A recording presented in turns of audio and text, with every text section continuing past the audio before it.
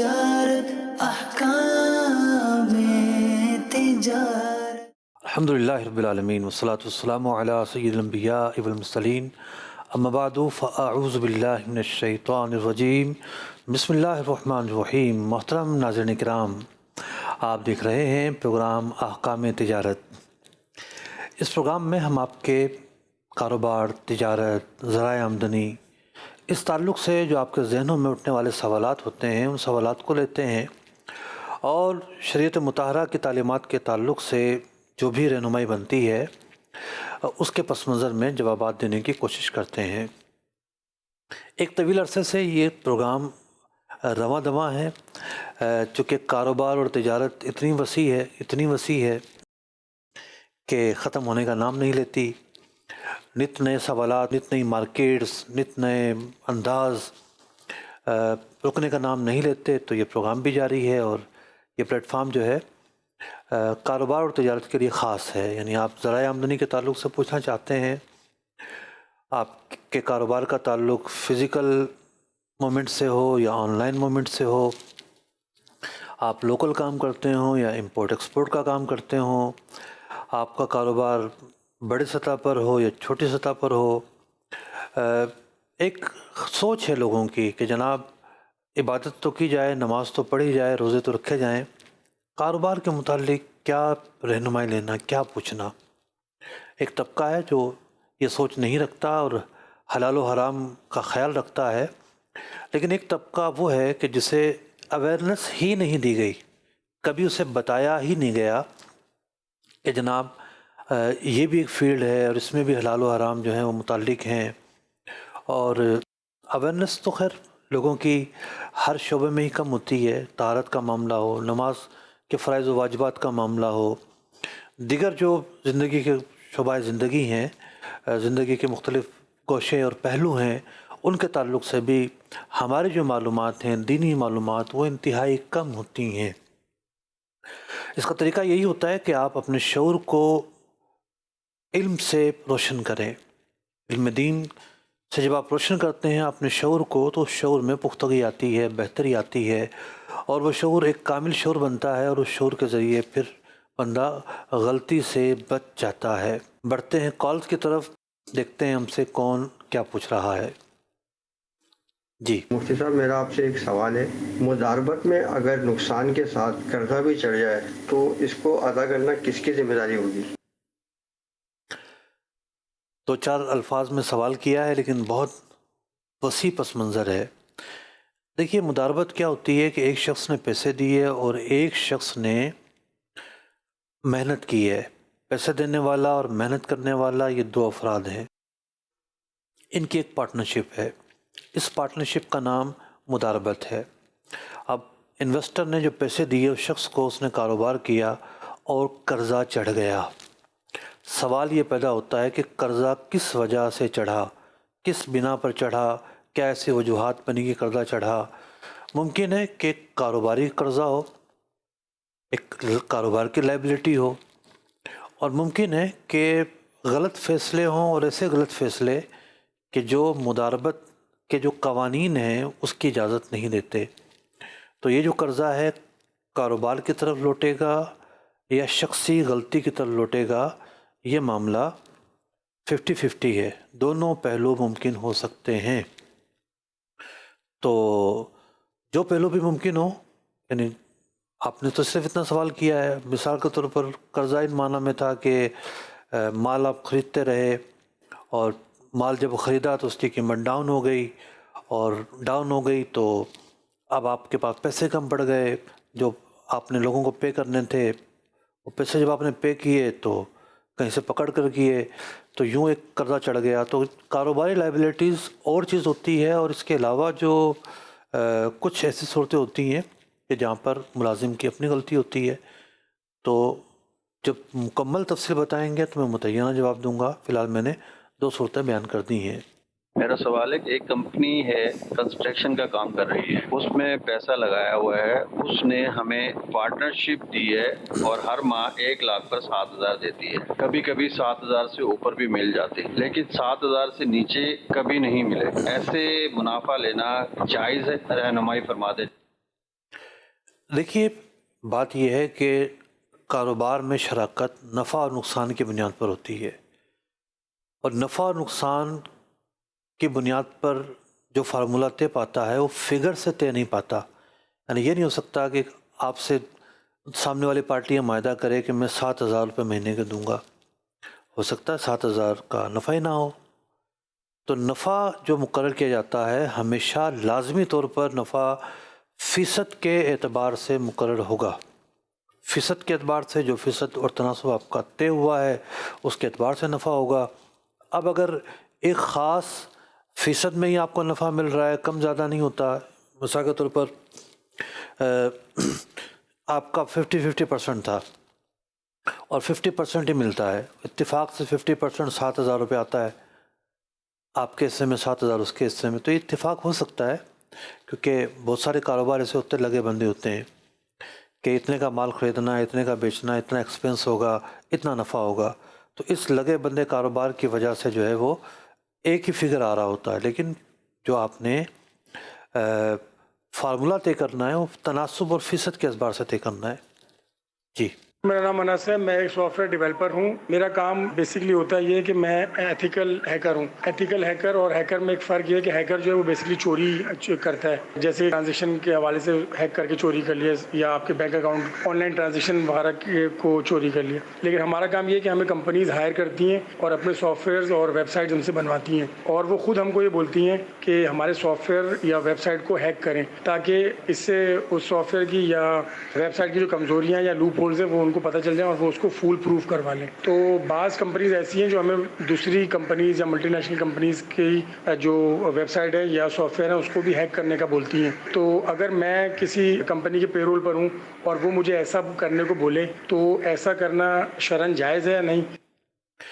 دیکھیے حدیث پاک میں فرمایا گیا لا ضرر ولا ضرار. دین کی تعلیمات یہ ہیں کہ آپ کسی کو نقصان نہیں پہنچا سکتے. تو اس حد تک تو آپ کا کام ٹھیک ہے کہ وہ کمپنی اپنے نقائص کو دیکھنے کے لیے، اپنی خامیوں کو، خرابیوں کو دیکھنے کے لیے آپ کو جو ہے نا وہ ہائر کرتی ہے، اور آپ اسی کمپنی کے رینج میں رہتے ہوئے جو اپنی جو ہے نا ادھیڑ اور بنائی ہے وہ جاری رکھتے ہیں اور نقائص کا جائزہ لیتے ہیں. یہاں تک تو معاملہ ٹھیک ہے. لیکن اگر کسی اور کمپنی کو تنگ کرنے کی بات آتی ہے، کمپٹیٹر ہوتے ہیں مارکیٹ کے اندر، تو یہ کیسے ممکن ہے کہ آپ جو ہے وہ کسی اور کمپنی کے معاملات میں دخل اندازی کریں، ان کو نقصان پہنچائیں، ان کو تنگ کریں. کسی کمپنی کی اگر ویب سائٹ ہیک ہوتی ہے تو کیا ہوگا؟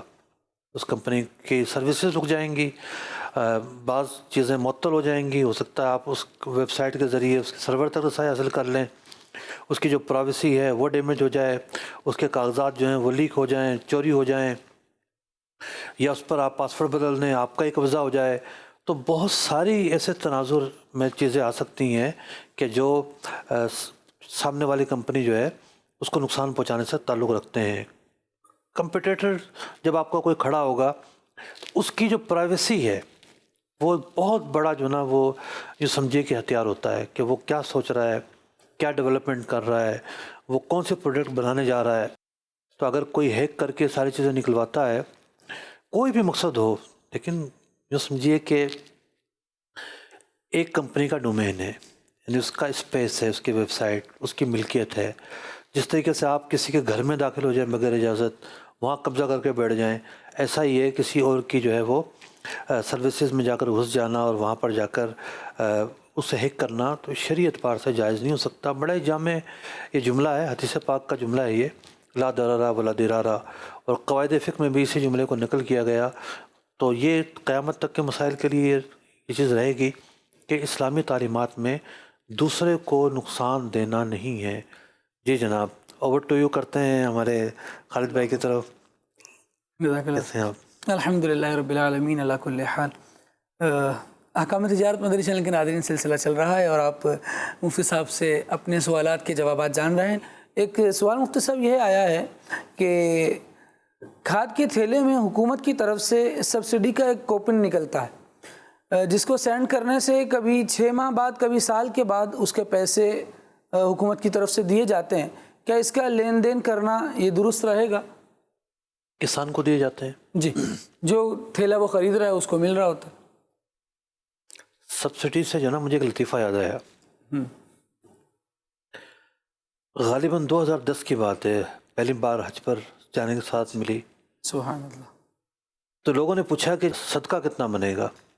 یعنی 2-3 طرح کی جنایت ہوتی ہیں، ٹھیک. جب کوئی احرام کی خلاف ورزی کرے، واجب کا ترک کرے، یا بعض اور غلطیاں ہوتی ہیں، اس میں سے ایک ہے صدقہ دینا. صحیح. صدقہ دیا جاتا ہے جو صدقہ فطر کی مقدار ہوتی ہے اس کے برابر دیا جاتا ہے. اور بھی صدقے کی قسمیں ہیں، ایک یہ بھی ہے.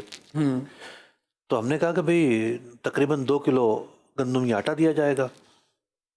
ٹھیک. تو کسی نے مجھے بتایا کہ جی یہ ہوٹل چلاتے ہیں اور یہ بتا دیں گے آپ کو ریٹ. انہوں نے ایک ریٹ بتائے. صحیح.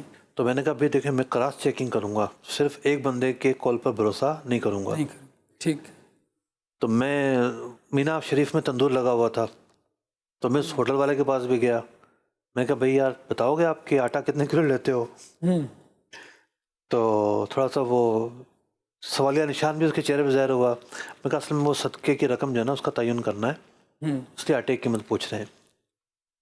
اس نے بھی وہی قیمت بتا دی، اور ہم نے آ کے لوگوں کو بتا دیا کہ بھی 2 کلو آٹا جب اتنے کا ملتا ہے تو شاید اس وقت 6-7 ریال بن رہے تھے 2 کلو آٹے کے. تو آپ جو ہیں وہ اتنے پیسے دے دیں گے تو صدقہ ادا ہو جائے گا. صحیح. اب ہماری یہ بات چل بھی گئی. پھر کسی نے مجھے میسج کیا کہ مفتی صاحب اتنے کا آٹا تو نہیں ملتا.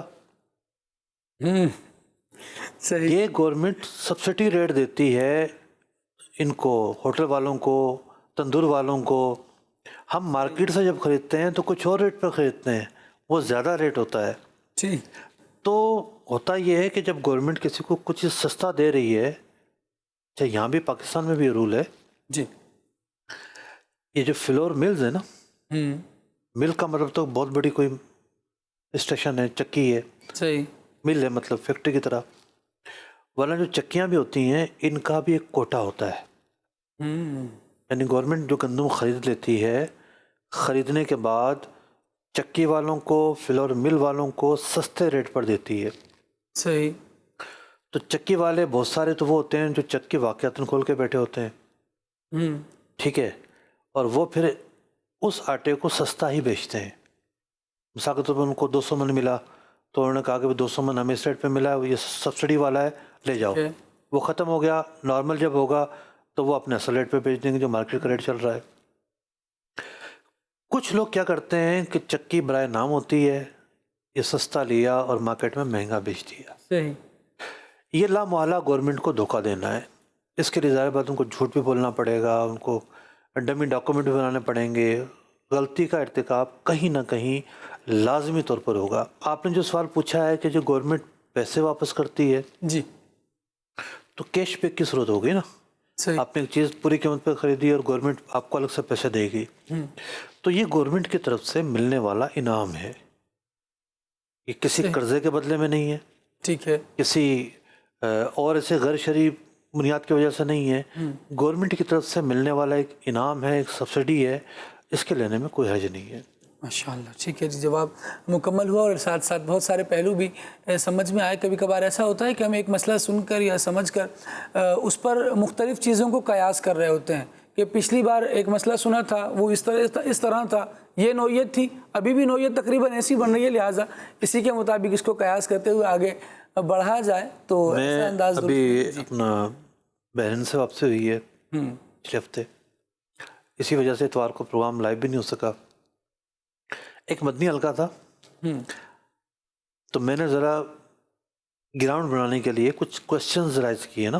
صحیح. اس مسئلے پر ایک تو یہ صورتحال بن رہی ہے، ایک تو یہ صورتحال بن رہی ہے. ابھی میں اصل جواب پہ جانے لگا تھا تاکہ تھوڑا سا تفہیم کے لیے ضروری ہوتا ہے کہ آپ کچھ اسٹیپس میں جواب دیں. صحیح. تو ایک آدھ پہلے بول پڑے کہ اچھا اس کا تو یہ جواب ہوگا. کہ بھائی مفتی میں ہوں، جواب دینا میرا کام ہے، آپ تھوڑا سا اولاد رکھیں. تو جو آپ کہہ رہے ہیں وہ ایسا نہیں ہے، الٹ جواب دے رہے ہیں. تو بعض اوقات جو ہے یعنی موجودگی میں بھی ایسا ہو جاتا ہے کہ لوگ سمجھ ہوتے ہیں کہ یوں نہیں یوں ہو جائے گا، اشارہ ملا اور انہوں نے قیاس کر لیا. قیاس کرنے والی بات تو لوگوں میں پائی جاتی ہے. اچھے اچھے سمجھدار لوگ ایک چیز کو لے کے دوسرے پر قیاس کر رہے ہوتے ہیں، بہت بڑی غلطی کرتے ہیں. تو جو ہم اس کی مثالیں دی جا سکتی ہیں.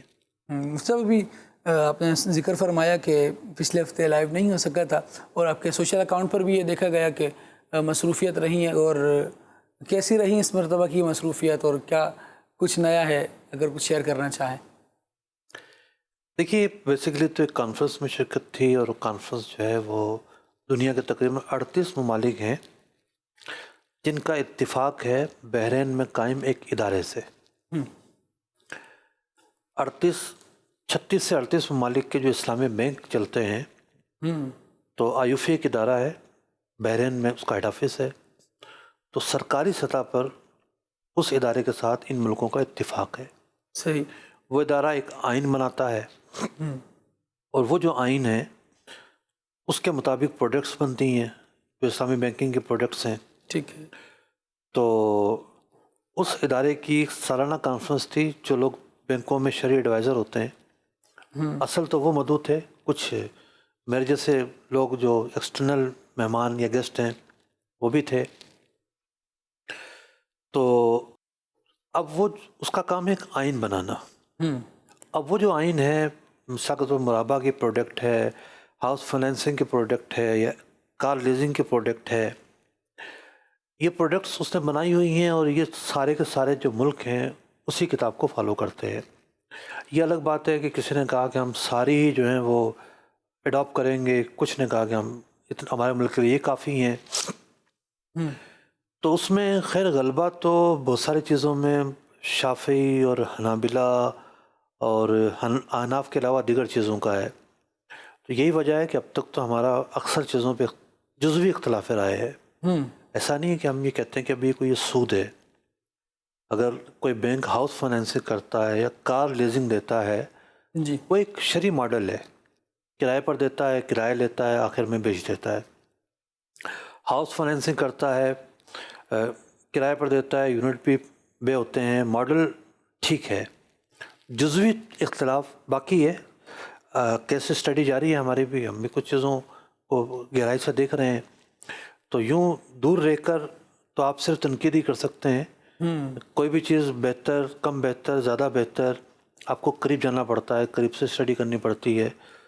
تو تقریباً جو ہے وہ دنیا کے یوں 35-40 ملکوں کے اسکالرز آئے ہوئے تھے، تو ان سے جو سب سے بڑا جو فائدہ تھا وہ ان سے ملنے کا تھا، ان سے بات چیت کرنے کا، ان کے خیالات جاننے کا، اور وہ کیا سوچ رہے ہیں، کیا چیزیں ڈسکس ہو رہی ہیں، کیا ڈیولپمنٹس ہو رہی ہیں۔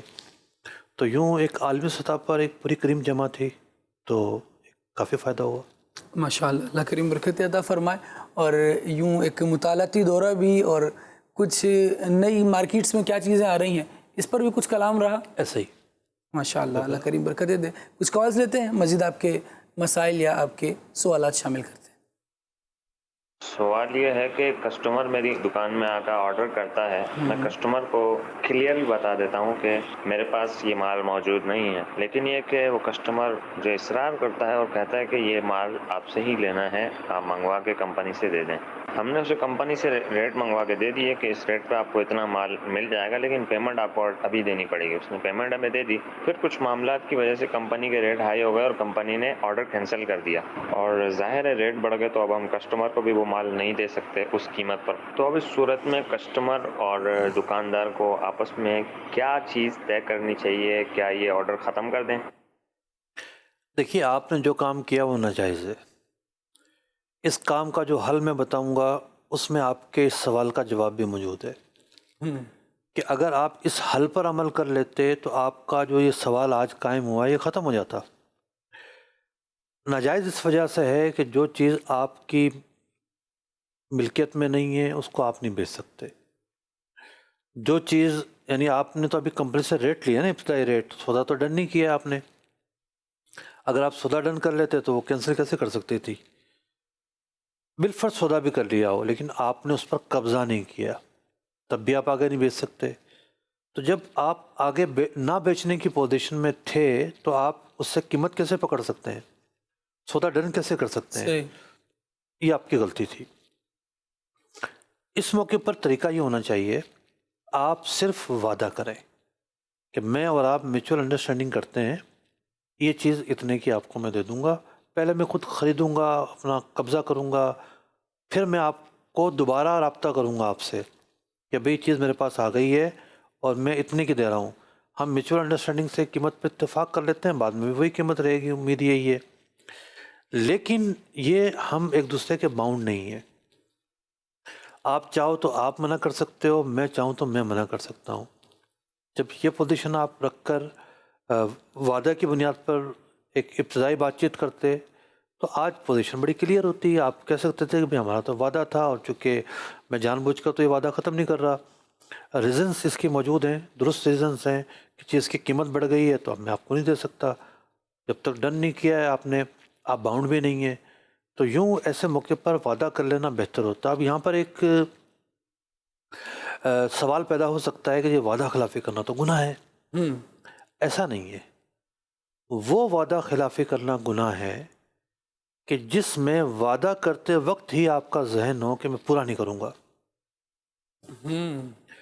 اسے منافقت کی علامت قرار دیا گیا ہے. اگر آپ نے کوئی وعدہ کیا ہے کسی بنیاد پر, آپ بیک ہو جاتے ہیں. جیسے منگنی ایک وعدہ ہوتا ہے, صحیح, منگنی ہو گئی, سب کچھ رسمیں ادا ہو گئی اور پتہ چلا کہ لڑکا تو نشئی ہے, تو آپ کیا بولیں گے؟ بھی ٹھیک ہے, اب جیسی بھی لڑکی باندھنی ہے اس کے پلے میں, بیک ہو جائیں گے لڑکی والے, ہم کیوں دیں بے نشے آدمی کو. تو اب وجہ پائی گئی تو ہم یہ نہیں کہیں گے کہ جناب ان پہ کوئی عتاب ہے, ان پر کوئی گناہ ہے. یہاں ایک بات اور قابل غور ہے, بات ہو رہی ہے وعدے کی. جی, ایک وعدہ ہوتا ہے, ایک معاہدہ ہوتا ہے. جب آپ سودا ڈن کر لیتے ہیں تو وہ معاہدہ ہوتا ہے, وہ وعدے کی طرح نہیں ہوتا کہ آپ کوئی وجہ پائے گئے تو آپ بیک ہو جائیں گے. معاہدے کی تو شرائط ہوتی ہیں کہ جی یہ مال میں خرید رہا ہوں اس کوالٹی کا ہونا چاہیے, یہ مال خرید رہا ہوں اتنے وزن کا ہونا چاہیے, یہ مال میں خرید رہا ہوں پہنچ ہونی چاہیے. یہ معاہدہ ہے. معاہدہ جو ہے وعدے سے لاکھ گنا زیادہ بھاری ہوتا ہے. وعدہ تو ایک مطلب کہ ان باؤنڈ چیز ہے, دونوں ایک دوسرے کے باؤنڈ نہیں ہے. معاہدہ نام ہی باندھنے کا ہے, عقد کہتے ہیں باندھنے کو. آپ ایک دوسرے کے باؤنڈ ہو جاتے ہیں. تو یوں یہ نہ ہو کہ وعدے کی جو تشریح گزری ہے آپ اس کو لے کر معاہدے پر جو ہے نا وہ فٹ کریں, ایسا نہیں ہو سکتا. انشاءاللہ. چھوٹی سی ایک باریک سی بات کہ معاہدہ اور جو وعدہ ہے دونوں میں فرق. اب جو بندہ دونوں کو ہی ایک ہی بتا رہا ہو اور ایک ہی چیز سمجھ رہا ہو, وہ باقی مسائل کو بھی اگر ایسے ہی سمجھ کر اپنی مطابق اور اپنی قیاس سے اپنی عقل سے سمجھ رہا ہوگا تو کس قدر غلطیاں کر رہا ہوگا. یہاں پر یہ چیز بھی ہمیں سیکھنے کو ملتی ہے. کال مزید لیتے ہیں آپ کی. میرا نام محمد عرفان ہے اور میں کثیر میچرا آباد ضلع بہاول نگر پنجاب پاکستان سے بات کر رہا ہوں. مفتی صاحب سے میرا یہ سوال ہے کہ ادھر غلہ منڈی میں جو لین دین ہوتا ہے, جیسے کہ ایک فرد آ گیا, اس نے کہا کہ میرے پاس 10 ایکڑ میں فصل کر رہا ہوں تو اس کا مجھے خرچہ چاہیے, ٹھیک ہے, اور میں فصل بھی آپ کو ہی دوں گا. تو وہ اس نے سے خرچہ دینا شروع کر دیا, اور اب وہ فصل جب آئے گی تو وہ فصل اس کے پاس آڑت پہ اس کے دکان پہ آ جائے گی. تو وہ اس کی جو فصل ہے اس کا جو ریٹ ہے وہ اپنی مرضی سے کاٹ دے گا. جیسے کہ مارکیٹ میں 2200 چل رہا ہے تو وہ 2100 کاٹ دے گا یا 2150 کاٹ دے گا. اور اس کے بعد پھر وہ جو خرچہ اس نے اس کو دیا تھا اس پہ اس نے نا 5% کے حساب سے اس نے اس کو آڑت لگاتا ہے. وہ کیا وہ اس کو 5% آڑت لگانا ٹھیک ہے یا نہیں ہے؟ کیونکہ وہ جو اس کی اگر 10 لاکھ کی فصل آ گئی تو اس نے 10 لاکھ کا 5% کے حساب سے وہ اس کو کہے گا کہ میں نے آپ کو خرچہ دیا تھا آپ کی فصل کا, تو میں یہ 5% کے حساب سے وہ پیسے بھی کاٹ رہا ہوں اور 5% بھی کاٹ رہا ہوں. یہ ایسا کرنا ٹھیک ہے یا نہیں ٹھیک ہے, یہ مجھے بتائیے. کم از کم 3 خرابیاں اس پورے حکومت میں پائی جاتی ہیں. یا اللہ. ایک خرابی تو یہ ہے کہ یہ ایک سودی معاملہ ہے کہ آپ نے ایک شخص کو قرضہ دیا, پیسے دیے, عامر لے جاؤ پیسے, کھاد خرید لو, فلاں چیز خرید لو. اس نے آپ سے پیسے لے جا کر سب چیزیں خریدیں. اس قرضے پر آپ بینیفٹ کا مطالبہ کرتے ہیں کہ مجھے اس قرضے پر فائدہ پہنچاؤ گے. قرضہ شریعت کی نگاہ میں ایک ایسا مطلب کہ معاہدہ ہے جو بلا غرض ہو کر کیا جاتا ہے. قرضے کے اوپر نفع اٹھانا سود ہے, نفع نہیں اٹھا سکتے. نفع کا فزیکل آپ اٹھائیں یا بینیفٹ کی صورت میں اٹھائیں, دونوں جو صورتیں ہیں وہ سود میں شامل ہوتی ہیں. تو ایک تو اس میں یہ بات پائی گئی کہ جناب آپ نے ایک بندے کو پیسے دیے ہیں اور اس سے آپ فائدہ اٹھا رہے ہیں. فائدہ کیا اٹھا رہے ہیں؟ میرے پاس ہی لا کر بیچو گے، میرے ٹھیے پر ہی لا کر بیچو گے. دوسری یعنی آپ باؤنڈ نہیں کر سکتے. دوسری خرابی یہ پائی جا رہی ہے بل فرض، کہ آڑت کا مطلب یہ ہے کہ جو آڑتی ہے وہ ایک بولی کرواتا ہے اور اپنی بروکری لیتا ہے. مارکیٹ میں چل رہی تھی 2%، اور آپ اس سے اس لیے زیادہ لے رہے ہیں کہ یہ آپ کا مقروض تھا، آپ نے اس کو پیسے دیے تھے، لہذا آپ اس سے زیادہ لیں گے. مارکیٹ میں اگر 2% چل رہی تھی، اگر آپ 2% ہی لیں گے تب بھی آپ نے اس سے نفع اٹھایا ہے کہ یہ آزاد تھا جس کے ٹھیے پہ جا کے بیچ سکتا تھا. کوئی کہے کہ نہیں میں 5% نہیں لوں گا، مارکیٹ میں 2% چل رہی ہے، میں اس سے بھی 2 ہی لوں گا. لیکن اس کو آپ نے باؤنڈ تو کیا ہے نا کہ میرے ہی ٹھیے پہ آ کے بیچنا ہے. آڑتی تو بہت سارے ہوتے ہیں، یہ کہیں بھی جا کے بیچ سکتا تھا. تو یوں یہ معاہدہ کی روح غلط ہے، ریٹ بڑھانا غلط ہے، اصل ریٹ ہو تب بھی غلط ہے کہ آپ اس کو باؤنڈ کر ہی نہیں سکتے. اب آتے ہیں اس کا متبادل کیا ہو. یہ مسئلہ شہر شہر گاؤں گاؤں میں پھیلا ہوا ہے. پنجاب میں چونکہ آبادی زیادہ ہے، 12 کروڑ کی آبادی تو پنجاب میں رہتی ہے، زیادہ فصلیں زیادہ چیزیں وہاں ہوتی ہیں. وہاں تو گاؤں گاؤں مطلب ایک ایک آڑت منڈی میں پھیلا ہوا ہے. اس کا بڑا آسان حل ہے کہ جو کھاد بیچنے والے ڈیلر ہوتے ہیں یا دکاندار ہوتے ہیں، ان کے کسانوں کے ساتھ اچھے روابط ہونے چاہیے. وہ مارکیٹنگ کریں، کسانوں کو بولیں آپ ہم سے مال خریدیں، ان کو ادھار مال بیچا جائے. کوئی کچھ رہن میں رکھ لیں، مطلب رہن میں کچھ سونا رکھا جا سکتا ہے، کوئی اور چیز کوئی ڈاکومنٹ رکھے جا سکتے ہیں کہ بھئی تاکہ بندہ آ کے پیسے دے دے. تو اگر یہ دکاندار انہیں مال بیچ دیں ادھار میں، اس طرح دنیا کا مال ادھار میں بکتا ہے، نقد میں سستا بکتا ہے، ادھار میں مہنگا بکتا ہے، مہنگا بھی بیچ دیں تو حرج تو نہیں ہے، اور مال بیچ کے فارغ ہو جائیں. اچھا بعض آڑتیوں نے کیا کیا ہوا ہے، لائن اپ کی ہوئی ہیں دکانیں، فلاں سے خرید لو، صحیح، میرے پاس مال بیچنا ہے.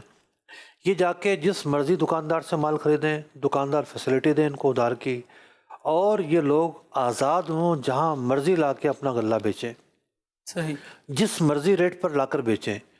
تو آڑتیوں کے ہاتھوں بلیک میل ہونے سے ان کو بچنا پڑے گا. یہ کسان جو ہے ان کے اندر بھی اویئرنیس پیدا ہونا ضروری ہے. اور آڑتیوں کو یہ جملہ برا لگا ہوگا، مجھے امید ہے برا ان کو نہیں لگنا چاہیے. شریعت کی بات ہے، آپ کیوں سودی معاملات میں انوالو ہوں، کیوں آپ جو ہے نا وہ گناہ کے مرتکب ہوں، کیوں جو ہے آپ کی آخرت میں آپ کو کی پکڑ ہو.